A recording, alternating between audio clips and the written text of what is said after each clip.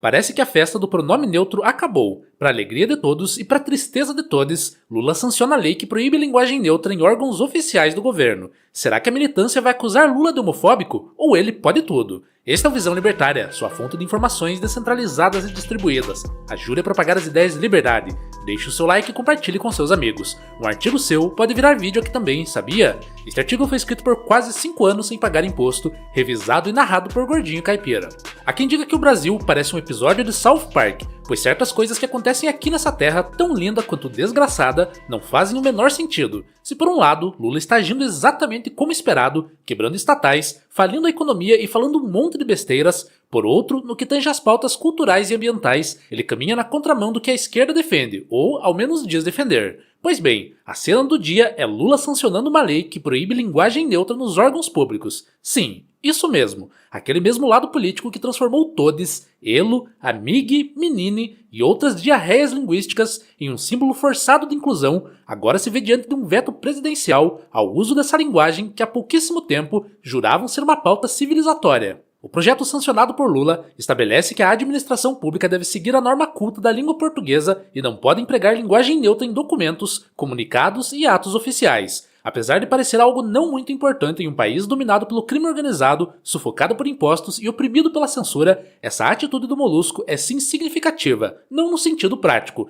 mas em seu sentido simbólico. É o último prego no caixão da cultura woke no Brasil. O derradeiro capítulo de uma história que começou com ares de revolução de costumes, caminhou triunfante por universidades, redações, ONGs e repartições públicas, vociferou, perseguiu, calou, patrulhou e como patrulhou, para agora terminar com Lula. Lula proibindo oficialmente aquilo que era quase sagrado ao progressismo. É aqui que mora o detalhe mais saboroso de toda a situação. Porque se existe uma coisa que o establishment progressista não faz, é cobrar coerência ou se opor aos seus políticos de estimação. Quando alguém de fora critica, eles se organizam em círculos, ajustam os óculos imaginários da superioridade moral e começam a atacar em massa quem criticou. Mas quando alguém de dentro dá um tapa na mesa, aí é diferente. Aí começam as manobras acrobáticas, os contorcionismos argumentativos, a liturgia da limpeza da imagem. Afinal, quem ousaria criticar Lula de ser réu da causa por acabar com a brincadeira do todes? Quem em sã consciência chamaria Lula de transfóbico, conservador, reacionário ou coisa do tipo? Pois é, ninguém. Ao menos ninguém de esquerda. A esquerda simplesmente não suporta a lacração quando ela deixa de ser útil. E agora, com o atual clima político e o desgaste acumulado, ela deixou. E se você observar o fenômeno com um pouco de distância, tudo se encaixa com uma harmonia quase matemática. A linguagem neutra não nasceu como demanda espontânea, como fruto do uso vivo, livre e orgânico da língua, como deveria ser. Não, ela nasceu da assembleia estudantil, de comitê identitário, de grupinhos militantes nas redes sociais. Nasceu de uma tentativa de engenharia social pela gramática, como se fosse possível redesenhar o tecido cultural apenas decretando uma nova língua. Só que a língua, essa coisa rebeldíssima, não pede permissão para mudar. Ela se transforma porque milhões de pessoas a usam, trocam, moldam, adaptam, reescrevem. Ela não segue ordem, ela segue o uso. Não é à toa que os dialetos surgem sem aviso, que as gírias explodem do nada e que expressões aparecem nos confins da terra e viram moda nacional. A língua é, por excelência, um fenômeno espontâneo, anarcocapitalista por natureza. Nasce da interação livre entre indivíduos e não por ordem de quem quer que seja. E foi exatamente por isso que a linguagem neutra não prosperou. Não porque havia uma conspiração odiosa contra ela, mas porque não havia demanda real. Se as pessoas realmente quisessem falar todes, falariam. E ponto final. A língua não precisa de autorização, ela simplesmente acontece. O problema da pauta woke foi justamente imaginar que poderia impor uma mudança sem que a própria sociedade a desejasse. Acharam que poderiam empurrar goela abaixo, através de discursos emocionados, humilhação pública, cancelamento, dossiê e 1000 pequenos mecanismos coercitivos de pressão social.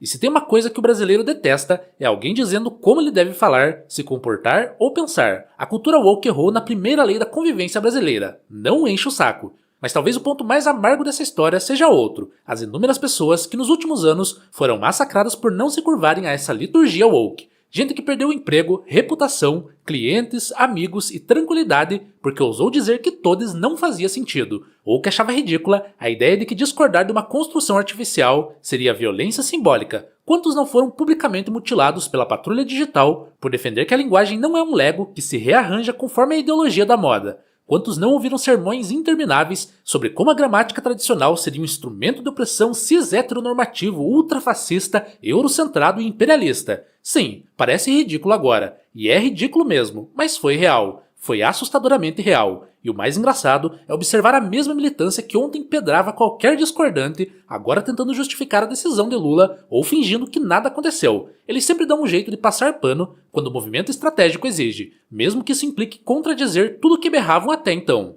Mas ao contrário do que alguns podem achar, não há nada de contraditório na posição libertária nesse tema. Pelo contrário, a posição libertária é a única coerente. Do ponto de vista libertário, cada um fala do jeito que quiser. Quer usar todes? Use! Quer se chamar de elo? Ótimo! Quer inventar um pronome só seu? Maravilha! A língua pertence ao falante, e não ao Estado, não à academia e não ao coletivo. A regra básica é simples. Você fala como quiser, eu falo como quiser, e ninguém tem o direito de obrigar ninguém a nada. Se eu quiser te chamar de Shaolin Matador de Porco, por exemplo, esse é meu direito. E é seu direito absoluto se ofender, se afastar, bloquear, devolver o insulto ou simplesmente ignorar. Porque em uma sociedade verdadeiramente livre, e não nesse teatro de opressões imaginárias, ofensa não é crime. O crime é a agressão física, a ameaça real, a coerção, a violência concreta. Palavras, por mais duras que sejam, não são capazes de te agredir. Ou seja, o problema nunca foi alguém desejar um pronome neutro. O problema sempre foi o impulso autoritário de obrigar os outros a aceitarem aquilo como norma. E é aqui que entra a grande contradição dessas pessoas que acham que podem mandar na vida dos outros. A esquerda, que tanto ensaiou discursos inflamados sobre liberdade de expressão dentro da gramática identitária, agora se cala resignada enquanto o próprio Lula decreta que, pelo menos no âmbito estatal, a brincadeira acabou. E não há como ignorar o subtexto mais amplo dessa história. A própria esquerda percebeu que a cultura woke se tornou um estorvo, um fardo, uma âncora eleitoral. A pauta identitária, que antes parecia irresistivelmente moderna, virou sinônimo de exagero, de artificialidade, de vitimismo forçado. E quando até o PT percebe isso, pode acreditar, é porque a fase realmente passou, o ciclo terminou, a bolha estourou. A decisão de Lula nesse sentido é quase um epitáfio.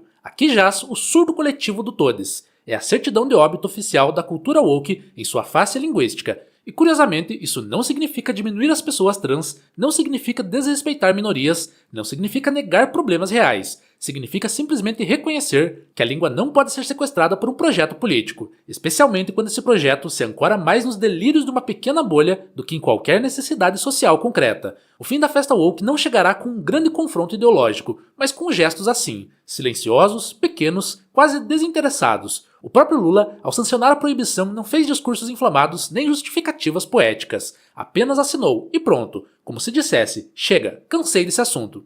E de fato, o assunto cansou, o povo cansou, o país cansou, e quando até a militância suspira e decide não peitar seu líder, é porque percebeu que a luta estava perdida antes mesmo de começar. No fim das contas, talvez seja esse o grande recado libertário aqui. A língua pertence às pessoas, e as pessoas já decidiram. O Estado agora só está correndo atrás do prejuízo, tentando organizar burocraticamente aquilo que a realidade já resolveu espontaneamente. E a realidade, como sempre, tem uma forma peculiar de lembrar a todos que nenhuma ideologia consegue vencer a liberdade natural dos indivíduos de falarem, pensarem, criarem e se expressarem como bem entenderem, mesmo quando tentam forçar o contrário com toda a força moralista de uma cultura que, felizmente, já deu o que tinha que dar. Obrigado pela audiência. Este é um canal colaborativo. Participe você também. Cadastre-se agora mesmo em nosso site visãolibertaria.com e envie os seus artigos por lá. Os colaboradores recebem recompensas em Bitcoin. Inscreva-se no canal e clique no botão da campainha para ser avisado de novos vídeos. Até a próxima!